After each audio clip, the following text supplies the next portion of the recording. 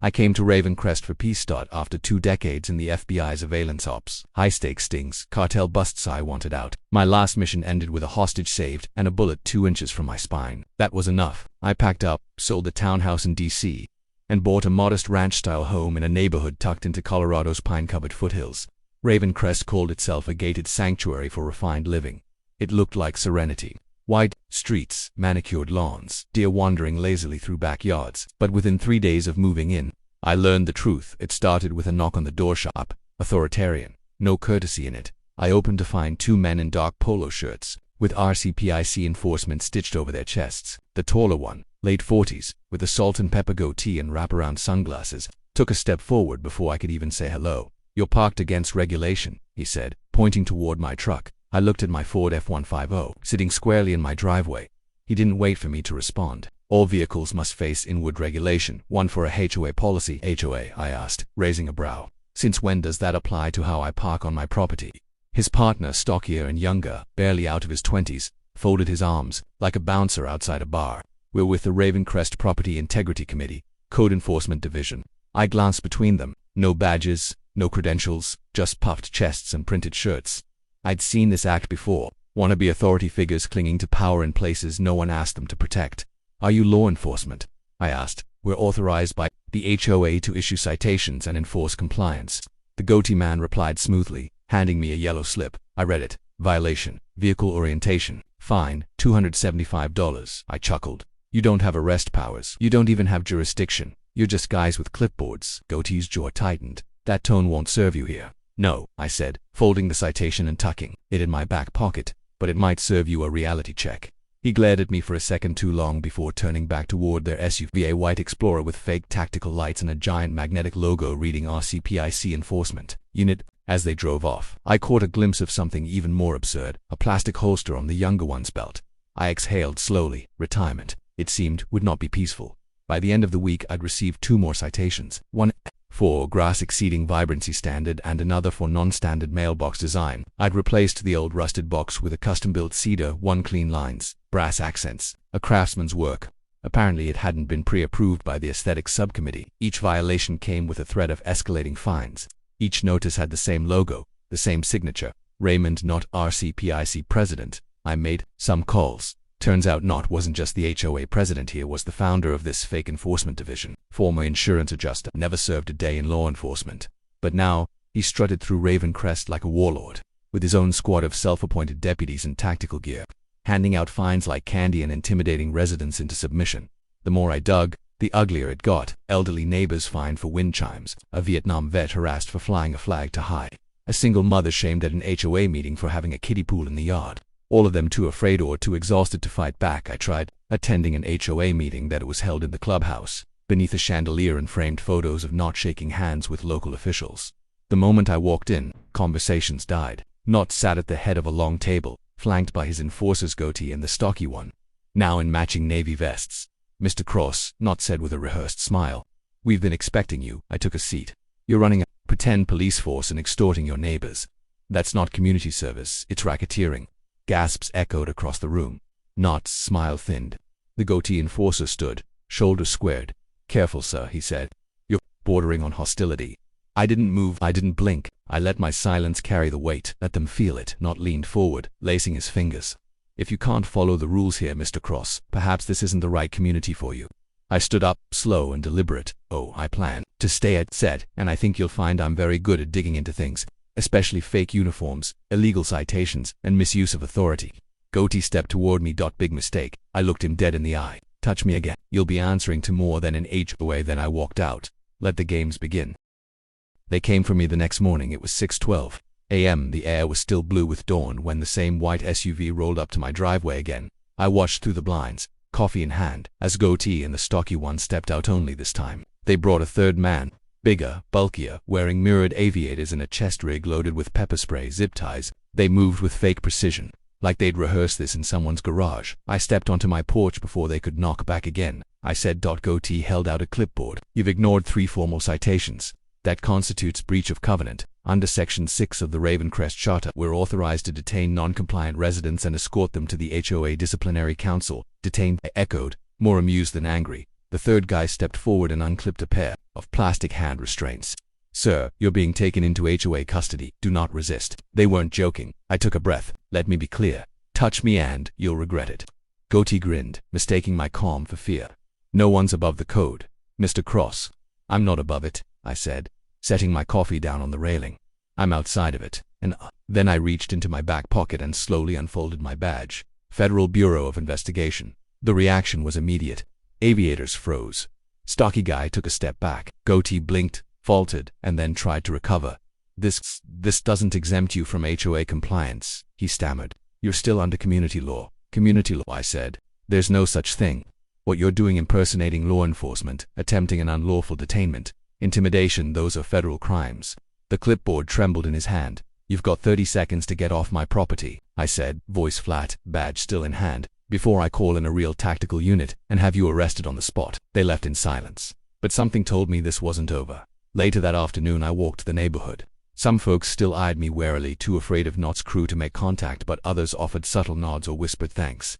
One older man, Arthur, invited me in for tea. His wife had passed a year ago, and he'd been fined over $1,500 in the month since his crime, letting her rose bushes overgrow the boundary line by 3 inches. "Not threatened to foreclose if I didn't pay," Arthur said, voice shaking. "Said he had the authority." "He doesn't," I assured him. "None of them do." Arthur looked down at his mug. "We all just got used to obey. Some of us figured it was easier than fighting." I nodded, storing that quiet confession deep in my spine. Fear had built this empire. Fear of fines, of lawsuits, of retaliation. Knott didn't need legal power, he had psychological power. Manufactured authority and a pack of thugs in matching polos. But I'd seen regimes fall, and I knew where to press. That night, I dug deeper. Using bureau clearance and a few favors from old friends in justice, I pulled Knott's records. As I suspected, his HOA charter was loosely filed, riddled with loopholes, and barely legal. The RCPIC enforcement unit wasn't even registered as a security entity. They had no training, no oversight, and no accountability. What they did have was a paper trail of intimidation, forged violation notices, and unreported fines paid in cash. Worse still, Knott had used HOA funds to outfit his little militia. The SUV, paid for with dues, so were the tactical vests, mock radios, and training seminars hosted in a rented CrossFit gym 3 towns over. This wasn't just neighborhood harassment anymore. It was organized fraud. I compiled everything: documents, testimonies, video clips, citations, and prepared a dossier, clean, unarguable, one that could make its way to the sheriff's office, the attorney general, and the FBI's white-collar division if necessary. But I didn't want to burn him yet. Not until he made the mistake. Not until the trap was set. And as luck would have it, he gave me just that. 2 days later I received a formal notice summoning me to a mandatory community disciplinary hearing.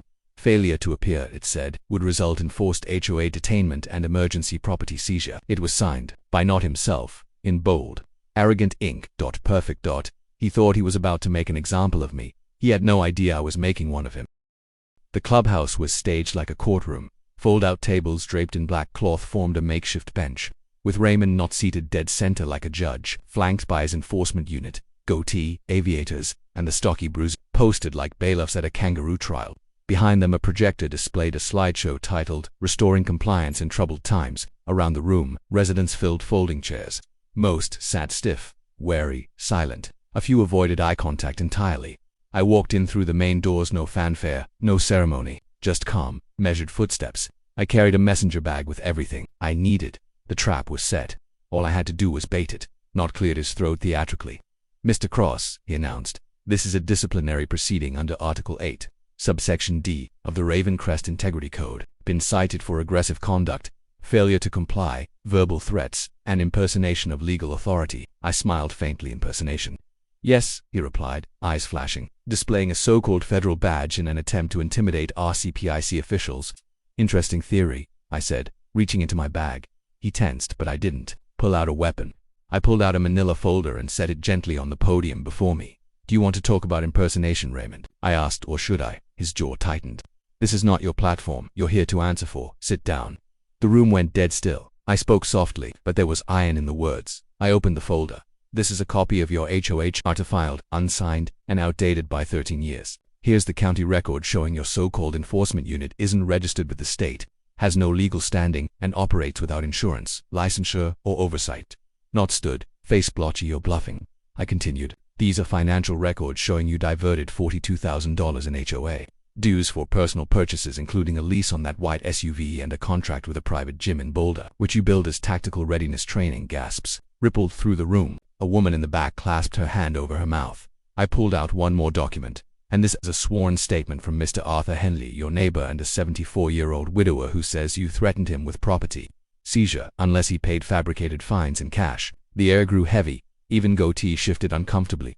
Knott's voice cracked. You're fabricating all of this. You have no authority. I finally revealed the badge, this time placed gently beside the documents. Raymond Knott. I'm Special Agent Daniel Cross with the Federal Bureau of Investigation. You've committed multiple state and federal offenses, including wire fraud, impersonating law enforcement, elder coercion, and conspiracy to defraud. The silence that followed was pure, crystalline disbelief. I turned to the residents. I know most of you have felt powerless. I know some of you have been bullied, fined, and silenced. But that ends tonight. The door at the back of the clubhouse opened. Sheriff's deputies entered, 3 of them, led by the same officer I'd briefed earlier that morning. He nodded at me, then approached Knott. Raymond Knott, you're under arrest. You have the right to remain silent. The rest was drowned in the collective exhale of the crowd. Goatee raised his hands and backed away. Aviators looked like he might faint. The stocky one didn't even try to move. They were all taken into custody calmly, cleanly, legally. But the real moment, it came when Arthur Henley stood up and began to clap. Slow, steady, and then others joined, neighbors who had once been silent, people who'd believed this HOA was untouchable. They clapped not for me but for the weight finally lifted. I stayed until the deputies left with their suspects, until the room emptied out, until only the smell of burnt coffee and stale power remained. Outside, the night was cool and still, but something had changed, and tomorrow the rebuilding would begin. In the weeks that followed Knott's arrest, Ravencrest transformed. Gone were the white enforcement unit SUVs that used to creep down the roads like predators. The clubhouse lost its banners, its projector, and the smug air of superiority that had ruled every meeting. For the first time in years, people smiled when they walked their dogs. Lawn chairs appeared on front porches.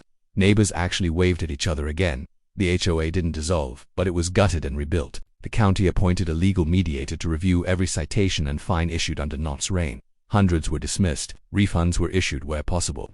In some cases, restitution was ordered. That's for Knott. He was charged with multiple felonious fraud, coercion, impersonating a law officer, and misappropriation of funds. His so-called officers struck plea deals in exchange for testifying against him, but justice doesn't just echo in courtrooms. It breathes in the absence of fear, and for the first time in a long while, Ravencrest could breathe again. I hadn't planned to stay. Originally, this house was supposed to be a stopover, a quiet corner of retirement before I found a cabin somewhere farther off-grid. But something about this place felt different now. Maybe it was the people. Maybe it was the fight. Or maybe I just wanted to see what peace actually looked like when it was earned.